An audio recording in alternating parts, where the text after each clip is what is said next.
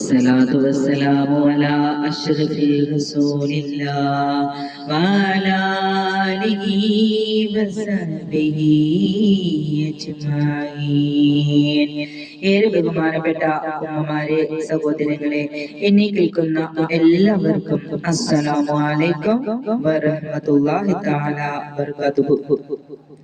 ഫാത്തിമ ബീവിക്ക് വിവാഹത്തിലേക്കുള്ള സാഹചര്യം അല്ലാഹു ഒരുക്കുകയാണ്.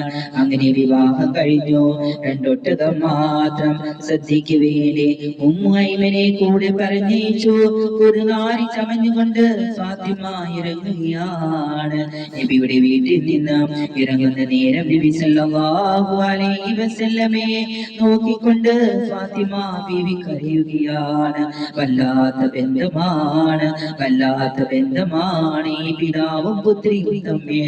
പൊട്ടിക്കരഞ്ഞപ്പോൾ ഫാത്തിമയെ സമാധാനിപ്പിച്ചുകൊണ്ട് റസൂലുള്ളാഹി സ്വല്ലല്ലാഹു അലൈഹി വസല്ലം പറഞ്ഞു, മോളെ പോയി വരിക, ഫാത്തിമ പോയി വരിക. അന്നത്തെ മഗ്‌രിബിന്റെ ബാങ്ക് മുഴങ്ങി. ബിലാൽ മദീനയുടെ മസ്ജിദിൽ മച്ചിൽ കയറി. ഫാത്തിമ ആദ്യമായി നബിയോട് അകന്ന ദിവസമാണ്. അന്ന് രാത്രി ഫാത്തിമ നബിയിൽ നിന്ന് മറന്ന് ഒറ്റയ്ക്കൊരു വീട്ടിൽ ഭർത്താവായ അലിയോടൊപ്പം കഴിയുന്ന ദിവസമാണ്. നബി സല്ലല്ലാഹു അലൈഹി വസല്ലം നമസ്കാരം കഴിഞ്ഞപ്പോൾ അല്ലാഹുവിന്റെ റസൂൽ നേരെ പുറപ്പെടുകയാണ് അലിയുടെ വീട്ടിലേക്ക്. മകളെ കാണാൻ ആദ്യ രാത്രിക്ക് പോലും സമയമായിട്ടില്ല. മകളെ കാണാതെ പിതാവിന് നിക്കക്കണ്ണിയില്ലാതെ മകളെ കാണാൻ അവിടേക്ക് കടന്നു ചെല്ലുകയാണ്. പിന്നെ നടന്നത് ചരിത്രത്തിലെ അത്ഭുതകരമായ സംഭവമാണ്.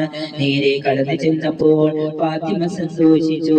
ആദ്യമായി പിതാവിനെ പിരിഞ്ഞ ദിവസം, പിതാവ് തന്നെ കാണാൻ വന്ന ദിവസം പരിശുദ്ധ റസൂൽ സല്ലല്ലാഹു അലൈഹി വസല്ലം പറയുന്നു, ഫാത്തിമ അല്പം വെള്ളം കൊണ്ടുതരൂ.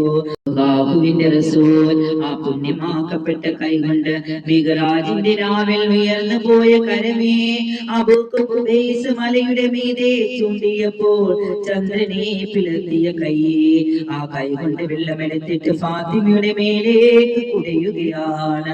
മുഹമ്മദ് മുസ്തഫ സല്ലല്ലാഹു അലൈഹി വസല്ലം, അല്ലാഹുവേ